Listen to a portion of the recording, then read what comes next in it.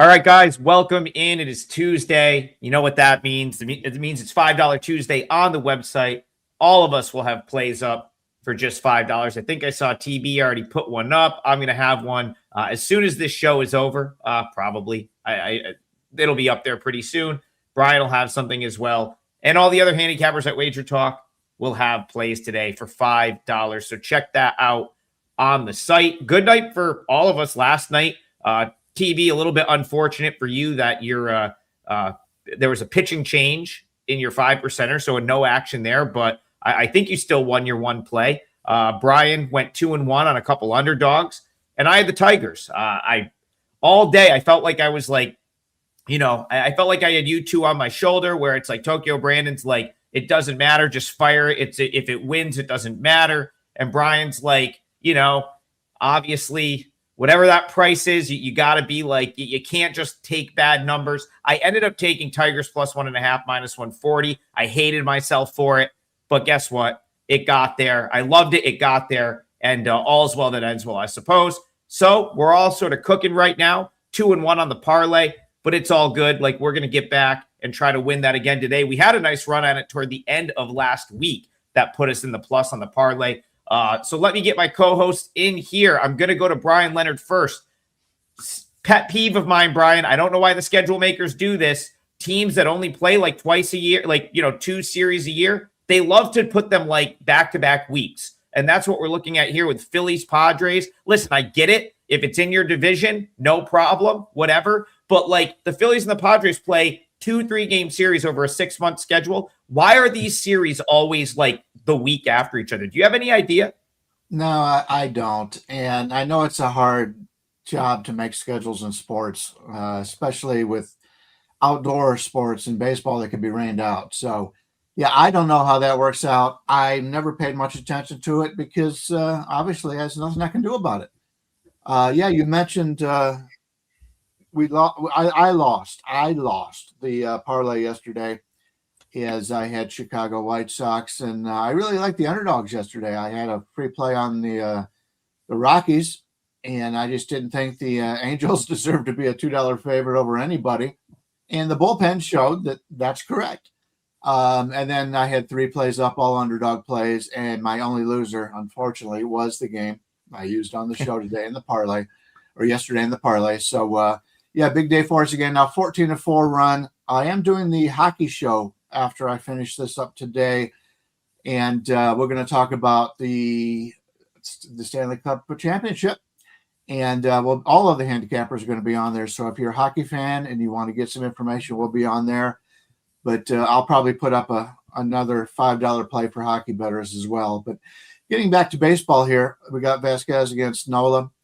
I pulled a TB last time out. I believe I criticized Nola, said he's ready to retire, and then, of course, he came out and pitched pretty well. So maybe TB's rubbing off on me. The Cleveland Guardians are the worst team in baseball. That's my home team, by the way. Okay, Vasquez against Nola here. Nola's about a 130 favorite, total of 8. Vasquez, we've talked about him on the past. He's a player trading up. And unfortunately for Nola, he's trading down. I saw a stat the other day when Philadelphia went to L.A., and somebody had said the Phillies haven't scored 5 runs since like May 18th. That's 2 weeks with a team that a lot of people still think is an elite offense. Phillies' offense has not been the same this year. They're still a pretty good team, but the offense isn't been good. They've been winning it with great starting pitching. Other than Nola, the other guys have all done very well, which means that the bullpens are usually in pretty good shape for Philadelphia. So I'm a little torn on this game. I think the line is correct. Philadelphia's playing at home, so you should make them probably, if the teams are even, you're probably about a 120, 125 favorite. And we've all said, I think before, that the Padres are not quite as good as what their record shows. So this line comes out to be about what I expected it to be. So at this point, I'm sitting back and going to watch the line movements before I get involved. But as of right now, I'm torn on this one. TB, I wasn't going to make you go first on a Padres game. I know this team's been a thorn in your side. Randy Vasquez has been a thorn in my side. So how are you looking at Padres Phillies? Yep. $5 Tuesday, guys. Everything at wagertalk.com is either $5 or free, except 5% plays. Go to wagertalk.com. I have 2 plays out. I'm sure these guys are going to have something out. Maybe Brian does already. I saw in the comments Brian has a 4% out. So, yeah, we're all going to have something. So go to wagertalk.com and scoop it all up. Yeah, yesterday was a good day. And Padres, Phillies. So my first reaction looking at this game is, oh, obviously the Phillies are the better team. And then you go in and look at their records, and the Padres, somehow this team is 32-26 and they're 16-10 on the road. Those are amazing numbers, but this team is not amazing. If you watch them, they're listless at times. On paper, they're really good, but Tatis still doesn't have a home run, does he? Yeah, he had one the other day. Finally got one. The other day? Yeah. Okay. Went 0 for 4 the next day, but yeah. Finally. So it's like, man, these guys, but their numbers are amazing. So if you go to my Twitter X, Tokyo_ Brandon, I already put out my pitcher matchups, and guess who's last place out of 15 pitchers? No other than Randy Vasquez, with a 1395 OPS against the batters he's facing today. So that would lead me to think that the Phillies are going to score some runs, but then I look at the offenses for both of these teams, and they're both ranked 26 out of 30 in current form. The Phillies do have starting pitcher advantage slightly, but I don't really trust Nola this season. He's got a 5+ ERA and he's just not himself. So too many conflicting data points here. Plus the San Diego Padres are my albatross. I cannot bet them. It's just flushing money down the toilet for me. Randy Vasquez has the numbers, but then he's got the horrible history. So what are you going to do? I can't bet this game. I'm over. My projections are over 8 runs on this game. I kind of feel like one of these guys gets blown up. I feel like it should be Vasquez, but he always finds a way to maneuver himself through like 7 innings and only give up 2 runs. But Brian, and I'll bring you back in here, the expected ERA is 6.21. The expected batting average is 293. Those are bottom 5%. That's bottom 5% in the big leagues. He gives up hard hit. He gives up a lot of barrels. Like, you can't really, you're not supposed to be able to go into Citizens Bank Park and do that and come out unscathed. So I think this is going to be an over. It's only 8 minus 110 right now. First of all, nice Freudian slip on almost saying manure. Yeah, that's what these guys are, kind of. Yeah. You know? I will point out, first of all, both bullpens are in really good shape. So they may be going to them early. Secondly, and I don't know if this is a handicap angle at all, but Aaron Nola just came back from paternity leave. I guess it's paternity for fathers and maternity. Yeah. Anyway, and how many times have we seen guys coming back, the new dad power, they call it, or whatever they call it, but they come out and they play really well the first game back from coming back from the paternity leave. So, there are too many questions for myself, and TB sitting there. Yeah, I know. How do you do this? So, yeah, I won't be involved in this one, but interesting handicap. Yeah, I pulled up the first 5 odds real quick. They're going to make you pay for it. It's 4.5. I was like, maybe you'll see like a 4 flat because it's an 8, but they're, I think the books sort of are in agreement with maybe like Brian and the handicap. Like, the runs are probably coming early. If you do get into like a close game with the higher leverage arms, they're going to be harder to come by at the end of this game. I would love that first 5 over at 4. 4.5 is a little harder. I think the books did their job right there. I think it's appropriately priced. But really all around in this game, I thought they did a good job with this one. So we'll move it along. Let's go to Mike. This is an interesting one. Mike says Pitt Houston. Burrows against his old squad. He likes Houston in this spot. Yeah. Mike Burrows was kind of the Pirates had all this pitching. They had to give up on someone. They had to give up on someone. It was that you couldn't keep all of these pitchers. I actually thought they did a really good job in that trade. Brian, I'll go to you here. That was the trade that they were able to get Brandon Lowe back, I believe in. It was a 3-team trade where they got Brandon Lowe and Montgomery, who's actually been a decent reliever opener for them at times. So, Burrow's now a starter for the Astros. He faces his old team. How are you seeing Pirates Astros? Start us off with this one. Yeah, another interesting handicap is we got Bubba Chandler against Burrows. Burrows about a 110, about a 110 favorite. So very close to a pick 'em here with a total of 9. Burrows has not worked out as well for Houston as they had hoped. Chandler's a guy, and I think we kind of touched on this the other day when they brought back their injured pitcher and somebody made a comment about maybe Bubba Chandler going down. Bubba Chandler is starting to show some signs of being what they expected, not nearly what they expected, but still. The last 14 days, he's at 74 on the entire season. He's at 141 from a power rank over at Fangraphs. But he's got the talent. He just hasn't put it together yet.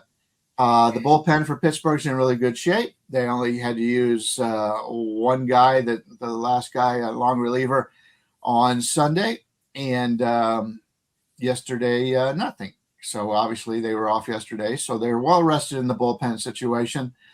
From a hitting situation for Pittsburgh, they're starting to come around. Ryan O'Hearn returned, and he's a nice bat for them. He's having a really nice year. He's ranked 92nd overall in hitting on the season, so that was a big thing for him.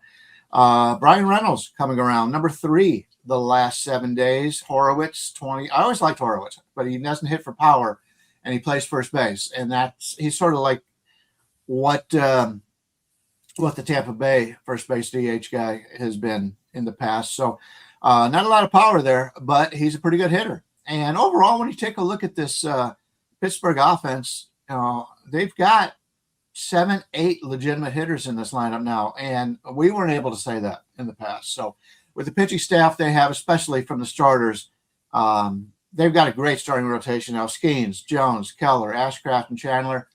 They're set in starting pitching. If they could just get some consistency in the bullpen. Gregory Soto's been their closer at the moment. He's done pretty well. So I like Pittsburgh a little bit. And as was mentioned, this Houston team, I talked the other day about home runs per barrel.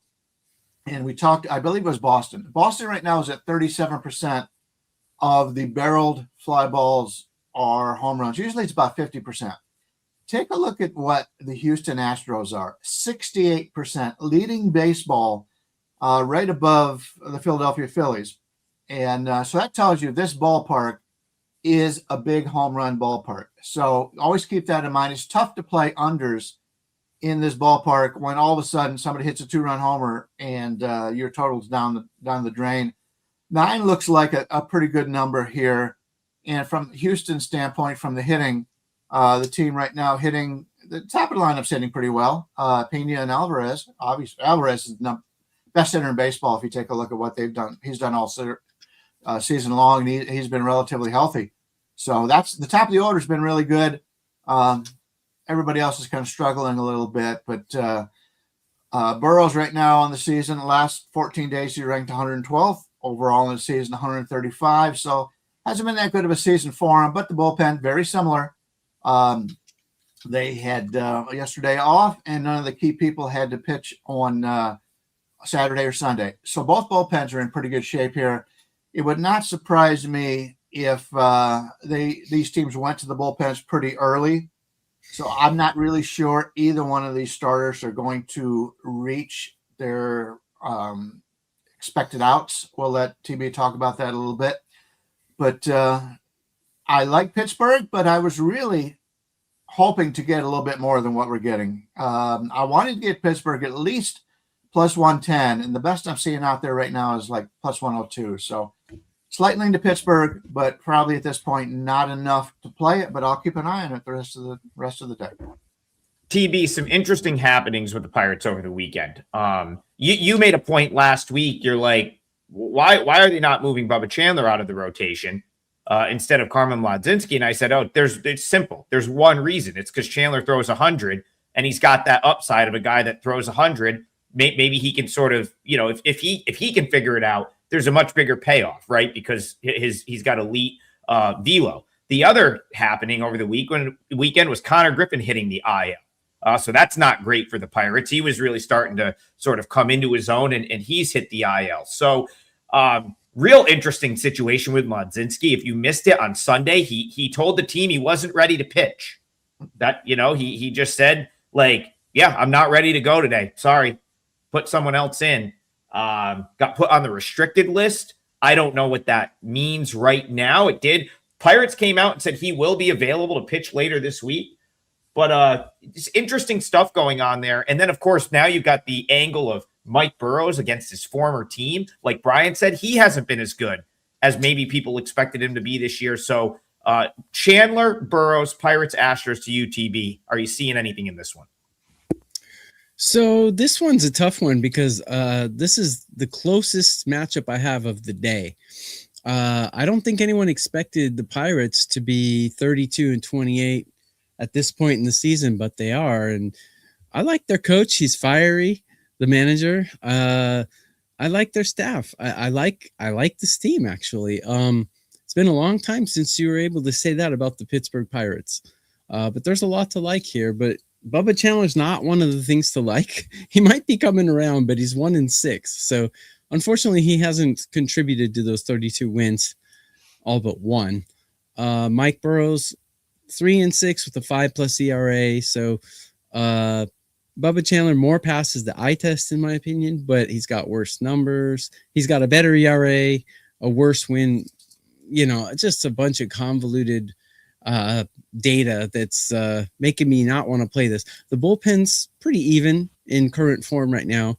Starting pitchers pretty even in current form. The one thing that jumps out, if there's an advantage, would be Pittsburgh bats are a lot hotter than the Astros bats right now. A lot hotter.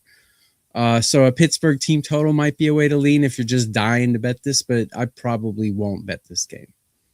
Brian, if I was going to bet this game, I think I'd take a shot with the Astros here. Mike Burrows, if you throw that Mariners start out where he gave up the 7 runs, he quietly had a pretty nice May.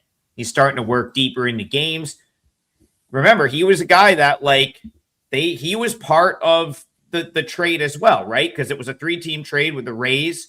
And the goal was the Astros gave up Jacob Melton to the Rays. The point was the Astros needed a starting pitcher and the Pirates needed a bat. And so those 3 teams got together. They worked it out.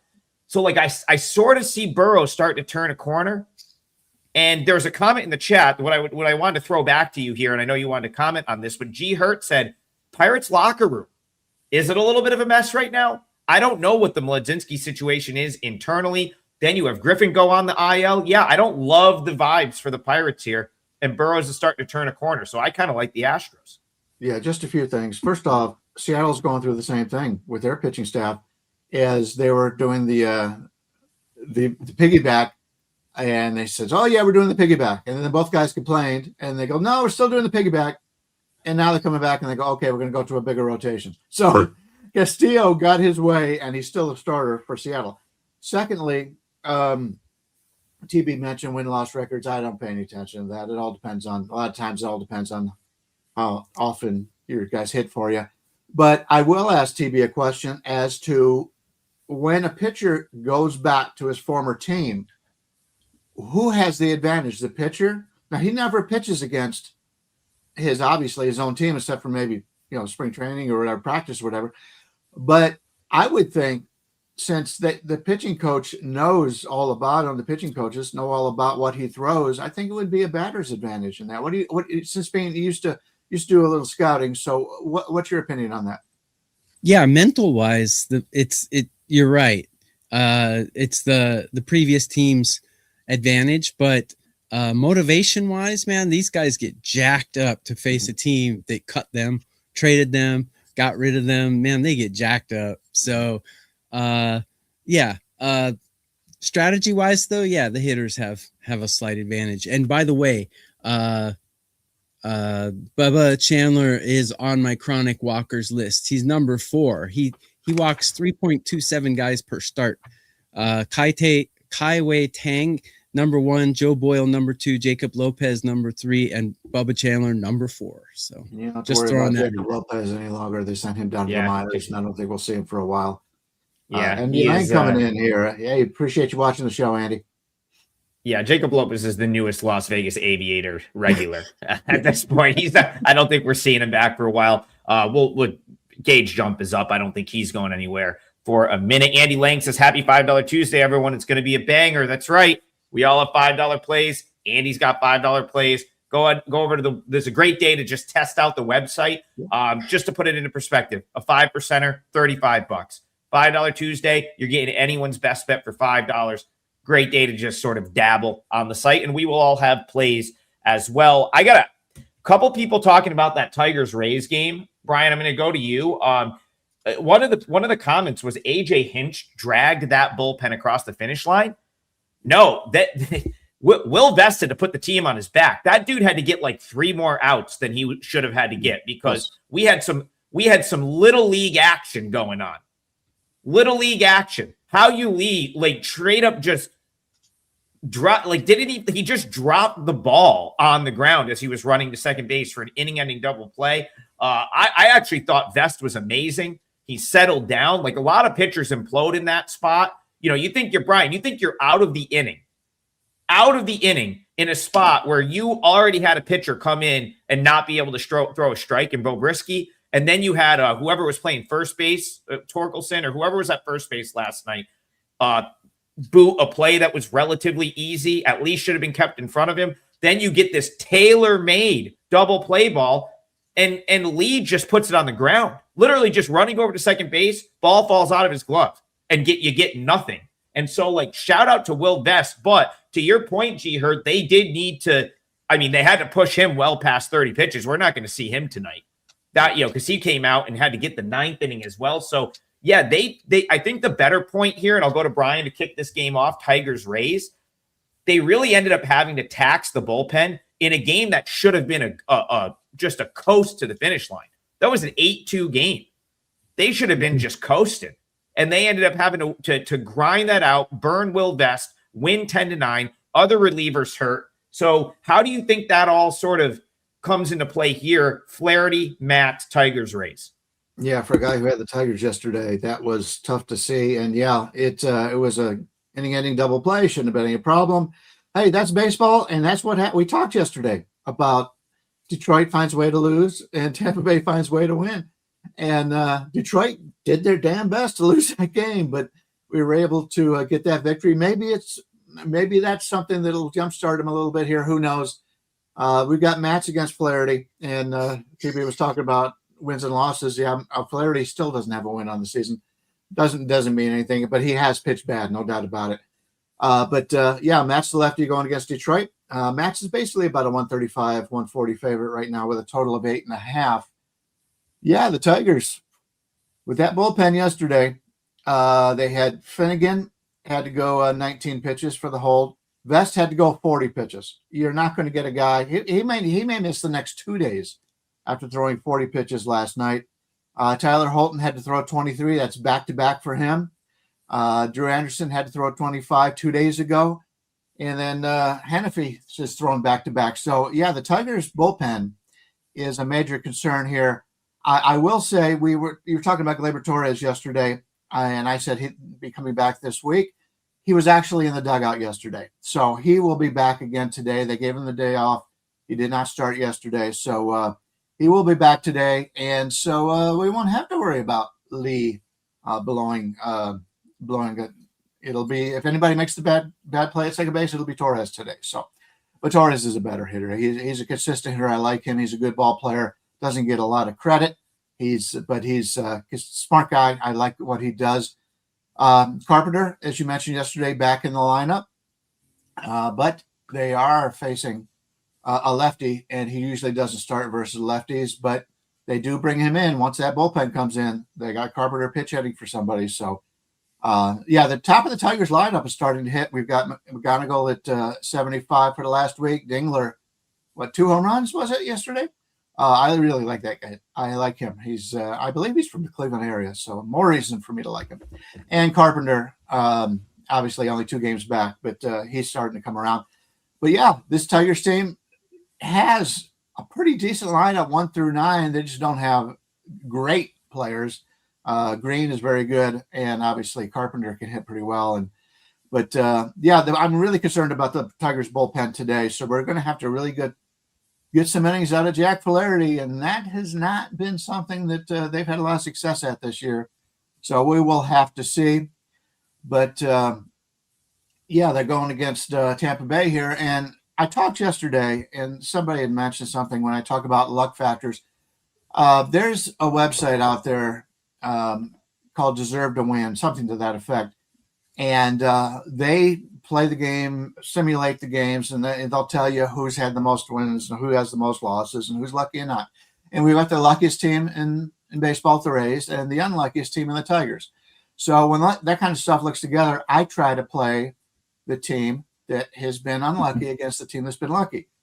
And Tampa Bay right now, they've got that great record, but they've been very lucky. They've got Steven Matz on the mound. He has not pitched very well in the last couple of weeks. He's ranked number 164. So he has not been looking very good, 110 on the entire season. And they've also had some problems from the bullpen. Not actual problems, but guys that get a lot of usage. Yesterday, Garrett Clevenger, 21 pitches, Cole Saucer, 20, and Trevor Martin, 43. Now, they didn't have to use Baker, Seymour, or Kelly. And in fact, Seymour hasn't pitched the last 2 days. He's only pitched once in the last 5. So it would not surprise me to see Seymour get some innings today. And Baker's been fantastic on the season. So we'll have to see how that works out. But overall, I would look to find a way to play Flaherty, but I don't think we're getting enough in this game. I wanted at least 130, and the best I'm seeing out there is 125. So I'll probably be sitting this one out. I'm hoping somebody comes in and bets the favorite here, and I can get a better number with the Tigers. But that's the way I would look. But we talk about it. No, you're not betting teams; you're betting numbers if you're in this for the long haul. So at this point, nothing for me. TB, do you think yesterday woke up the Tigers' offense? 5 home runs in total. Dingler had 2, but they hit 5 in total yesterday. I don't know. What are you looking at for Tigers Rays going forward here? Yeah, I mean, there's something to be said about the bats waking up, but there's also something to be said is they were facing pretty poor pitching. So, in a way, I mean, Brian's point is very valid that the Tigers are the unluckiest and the Rays are the luckiest, but the Rays are 21-7 at home. So it's pretty convincing. Jack Flaherty's a guy I don't want to back here, especially on the road. Almost every season, his road home splits are really wide, and this season not so wide, but one is 6.5 and one is 5. So he has terrible ERA no matter where he's pitching. Matz is a little bit unreliable, a little bit up and down, but he did just come off a clunker where he gave up 6 runs, but he was facing the same team back to back, and that's the Orioles. So I'll forgive him for that. Other than that, he's given up a couple 4-burgers, but other than that, he's kept things pretty under control. Neither team has a very good bullpen in current form. Like Brian mentioned, Tigers bullpen is ready to get bent over today. And the Rays bullpen is just playing awful, just awful. So with terrible starting pitching and terrible bullpens, I would look to an over here. Either the Rays or the over would be the way I would go here, I think. And it's $5 Tuesday, guys. Go grab something for $5. I can't argue with the over. So real quick, over makes a lot of sense. I think Gleyber Torres being back in the lineup is huge for the Tigers. I think that's a huge boost for them. And then obviously I like the fact that they started to hit last night. Maybe it's a little bit contagious. You guys have both made a great point that the Rays recently, their bullpen has not been as good. And the Tigers, I'll go back to it and say it again, they really put themselves in a tough spot with the way that game played out last night. I still think there's value on the Tigers. If I was going to play a side in this game, it would be Tigers or pass. But I got my money with the Tigers last night. Last night was the better spot to play them. here I do just see some general value on the number. But I think if you had to, I don't, I think over is probably what would be more likely to get my money in this game than Tigers. I just like the setup a little bit better in those two bullpens. All right, Brian, I'm coming back to you, but we're going to talk about my parlay leg. I think you were a day late on the White Sox. We have people in the chair, a day early. I'm sorry. You were a day early on the White Sox. Katrina says, thoughts on Prelip for the Twinkies starting today. So let's go to that game. I really like this White Sox team. I'm going to sort of look past the starting pitching here. Now, here's the thing. Davis Martin, regardless of what you think he is going to be going forward, he's been very, very good. So when I look at the starters here, I say, okay, well, maybe Davis Martin regresses at some point, but do I think he's right now, to me, he's still a better option than Connor Prelip. So once I get the starters out of it, Brian, very similar to your whole point that you made yesterday. Yeah, it didn't pan out, but it doesn't mean it was a bad handicap. I thought it was a great handicap where you're like, once you take the starters out of the equation, the White Sox are just the better team. They're just better. And the fact that before I logged on to the show, you could get them here at -118, when I do think they have a pitching and bullpen edge, is pretty much good enough for me. So I'm going to use the White Sox in the parlay. I'm curious to see if you still like them today. Yeah, I think people are reluctant to play the White Sox as a road favorite. And yeah, if you're going by past information, that's true. I'll walk you through my Connor Prelip situation here. He's a lefty. Nobody knew anything about him. And I talked about this in the past. When major league teams bring up lefties, and we're going to talk about this a little bit later when we get to my selection. But when major league pitchers bring up lefties, number one, you only see a lefty like every third day in Major League Baseball. So you don't see him very often. Many of the best players in baseball that play every day are basically left-handed batters because they face righties 2/3 of the time. So you see a lot of that all the time. Well, Prelip, when he came up, I like to bet on him because nobody knows anything about him. Well, if you take a look at what he has done now on the season, he ranks according to Fangraphs. This is once again the roster resource page on Fangraphs. A great source to take a look at each team every day, so who's hot, who's not, that kind of thing. Prelip on the season, he came out and he was great. I think I bet on him like his first 5 starts or something to that effect. I had either parts of the other team under or whatever it was, but I was betting on him, and it worked out very well. Well, now he's up to 124th. If you take a look at the other pitchers for the season, starters, Ryan is 10th in baseball. Taj Bradley's 27th. Came out of nowhere this year. He's been terrific, and it's all been legit. And Zebby Matthews, 99th, and you got Kyle Prelip now 124. In the last 2 weeks, Connor Prelip, 173. He's no longer a mystery. People have figured him out, and so I don't want any part of Minnesota from that standpoint. Now, I will say, from the bullpen standpoint, the Minnesota bullpen is in really good shape right now. But again, it's the Minnesota bullpen, and I'm not a big believer in that. From the White Sox standpoint, White Sox are the better team here, and you're getting them at a decent number.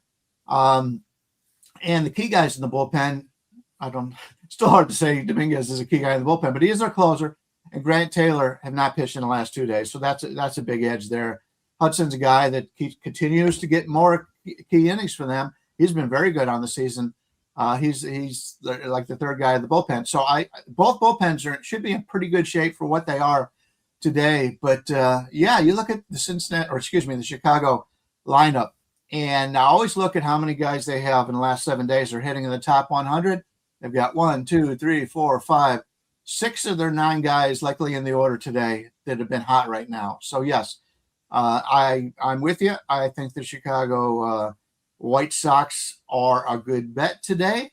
And I think you got a winner there. Tokyo Brandon, did I steal your thunder on this game? Because this is your boy. Davis Martin's your guy. I want to know if I stole your thunder here. No, you didn't. Okay. But this is definitely a cover the logos game. If you covered these logos and looked at the stats, there's no way there's no way the White Sox should not be favored against this Twins team. They just have everything going for them. They have more wins. They have the better starter, better bullpen, better hitting. So yeah, I would look to a White Sox team total over maybe White Sox over 1.5 in the first 5 innings if you can get a 1.5. Yeah, Prelip showing flashes. He's actually only had 2 bad starts, and they were his most recent 2. Before that, he was giving up 1-2, 1-2 kind of thing. So he was looking pretty solid, and then he's hit a speed bump. So will that speed bump continue or not? Hard to say with young guys like this. His walk rate's pretty high, which bothers me. But we'll see. I mean, he's still coming into form, so a little unpredictable, kind of an X factor in my opinion. But I think the White Sox will be able to hit him. So yeah, I would take a White Sox team total maybe. Thomas in the chat says, I think White Sox minus 120 is a bargain. I made this minus 135 White Sox. So I definitely see edge there. I am in agreement with you, TB. I think if there wasn't logo bias, if you will, if you covered the logos, like to me, and you just look at the numbers for both teams, I'm coming out with the White Sox being a $1.35 road favorite here. When I got on this show, they were minus 118 some places. It's one of like 4 games I'm really strongly considering for today. Have not bet it yet, but I ended up adding the Tigers yesterday, so you never know. Brian, what are we looking at for a number in this one? Yeah, right now the White Sox are anywhere from 114 to, I see a couple of 125s out there, but basically 118 across the board is a normal number there. Yeah, that's going to be the first leg of our parlay. White Sox minus 118. Let's get TB back in here. Do you know where you want to go with your parlay leg? Yeah, I do. I think I'm going to go with the Mariners here because let's cover this game then, if you don't mind. Yeah, go ahead. I have thoughts, so I'm curious to see how you're seeing this one. So I had them yesterday, and they look very listless. As a matter of fact, I think they were kind of lucky to win that game. They had the better pitcher, and they just, man, you look at Seattle's stats, and they should be cranking the ball. They should be scoring like 8-9 runs a game if you look at their stats, but they're not. So you look at their games, they're almost always under. They're squeaking out wins like they did yesterday. I really don't like teams that play like this. They have very little urgency, but they're just uber talented. So, it's kind of like the Padres, but not quite as annoying, I guess is the way to say it. But yeah, I like Gilbert today. Take a look at how he fares. Yeah, on my pitcher matchups, head-to-head matchups on my Twitter X, Tokyo _ Brandon, Gilbert leads the pack today. He's got the best matchup rating and an OPS of 339 against these guys in 87 at-bats. So I would say Mets team total under in the first 5 or a Seattle win. Seattle's bullpen lackluster, but yeah, the Mets bullpen, they do have a bullpen advantage here just by a couple points. So that would be the one thing I don't like about the matchup. So yeah, I definitely think the Mets under 3.5 for the full game or under 1.5 for the first 5 would be a good bet. But sorry, for the parlay, I'll make it simple and we'll go with Seattle on the money line. And I think it is currently minus 144. Anywhere from 138 to 154. It's still very early in the morning. It's a night game, so we'll say 145. I think is fair. I think that's fine. I saw some most in that range. Yeah, we'll call it 145. Yeah, Brian, I mean, Gilbert's the better pitcher. I think they should handle this. The bullpen worries me, but they were okay last night. Listen, pat myself on the back time again. I'm probably gonna do it every day on the show. If we talk about the Mariners, last week, Monday, 8 days ago, I came on the show, made this made this big claim, I was like, this is the time to start betting the Mariners. Do it now. I actually had a client play. I think they even gave a free client play out on the show that night. Mariners 4%. They have not lost since. 7 wins in a row. I know you're over there like trying to figure out, this team keeps squeaking games out. It looks like they've got a loss coming, but I'm not fading the Mariners while they're winning. I'm just not doing it. I was way too high on this team coming into the season. They're doing now what I expected them to do all year. So I'm not going to do it, but I do see some reasons why I do see some ways to make a case for the Mets here. So I'm curious as to how you're seeing this one, favorite or underdog, Mariners Mets. Yeah, first of all, according to our line service, which is excellent, by the way, Odds Logic, they currently say that the Mets are undecided. Well, they are decided on who they're going to use. They're going to use Jonathan. Yes. But will he be the starter, or will he be a guy that comes in after somebody opens up? I think it's Brazoban to open, Brian. I think it's Brazoban to Tong. Okay. So, with Tong being in there, I think the line is about where I would make it.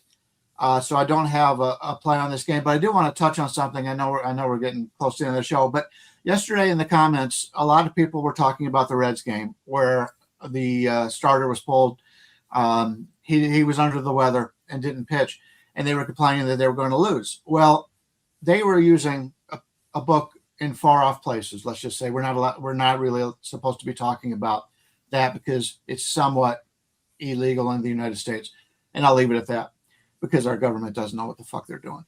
But anyway, I will say you should be listing pitchers. If you've got a $2 favorite, you've got to be listing that pitcher.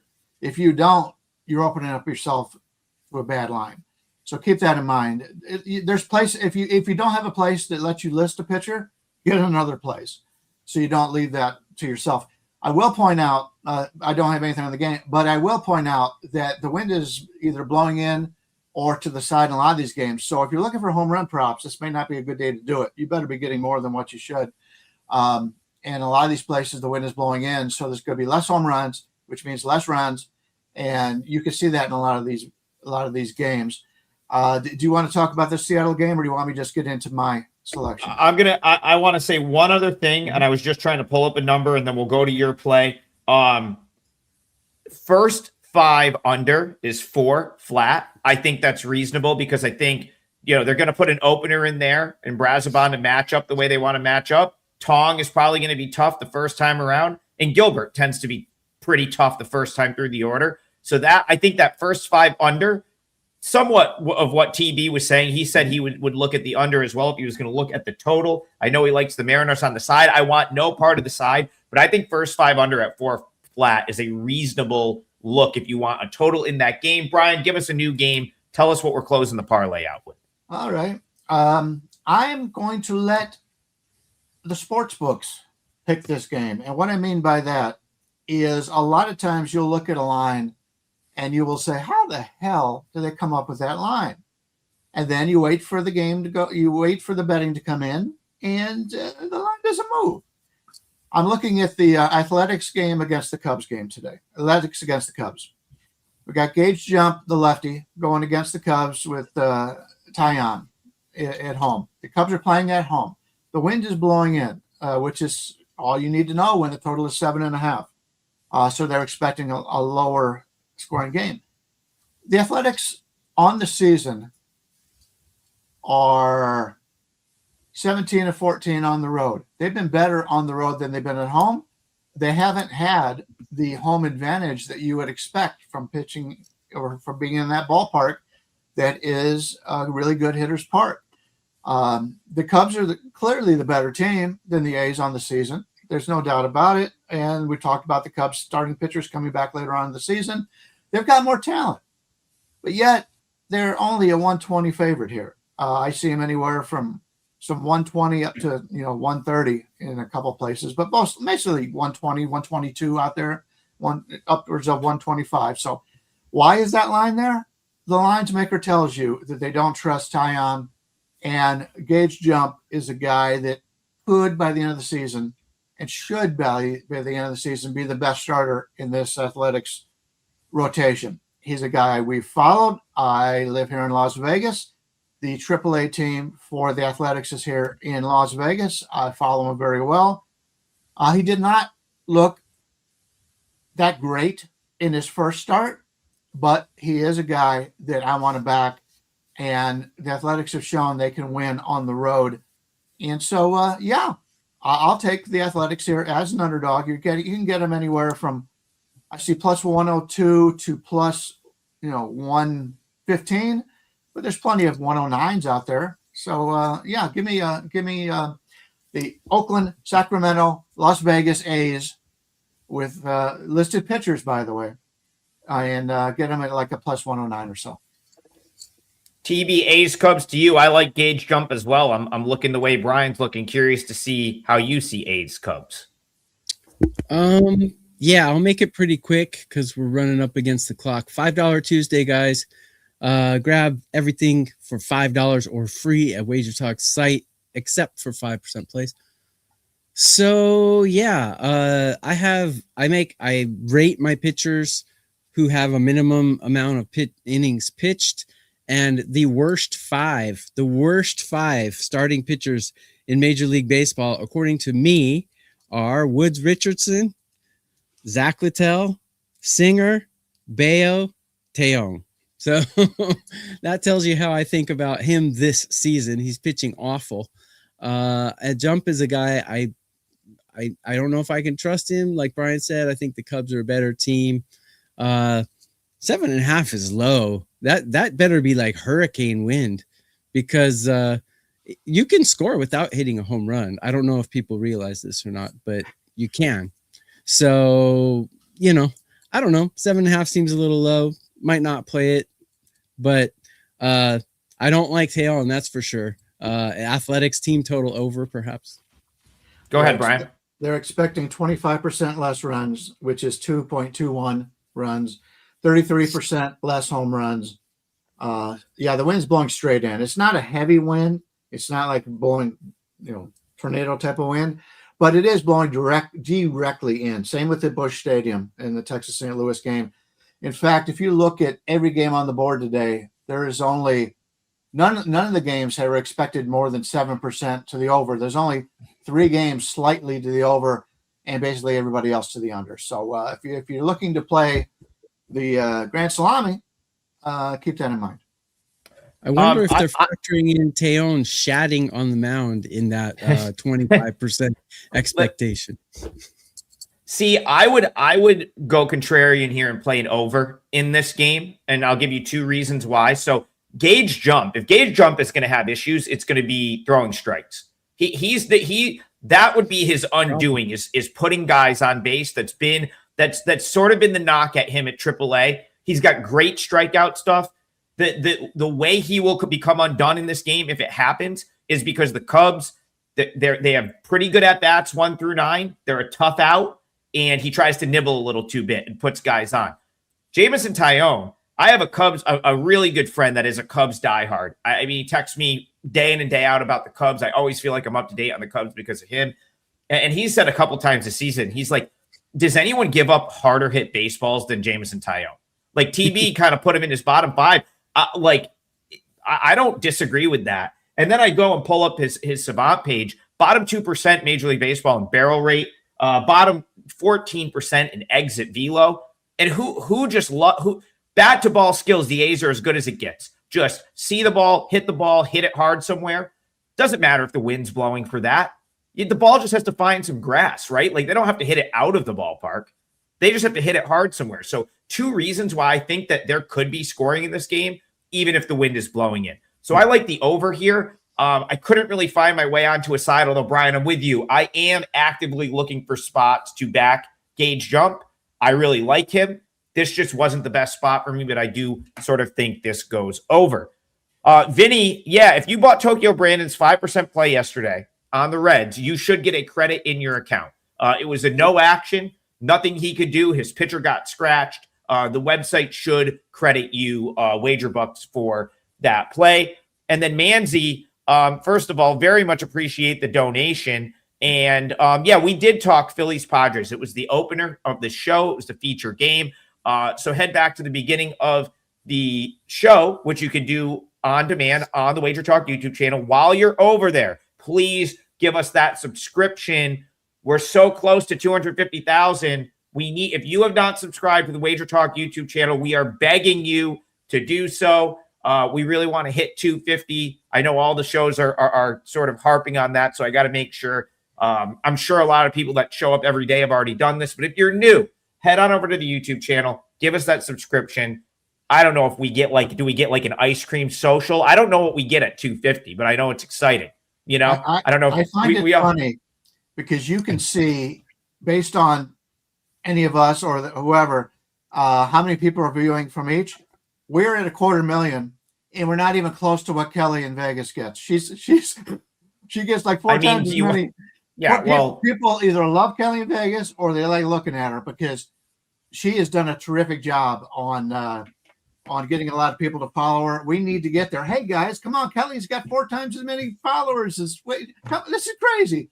Sign up and get us at the 250. All right. Again, $5 Tuesday. All of us have $5 plays up. The parlay today is as follows. I am on the White Sox -118.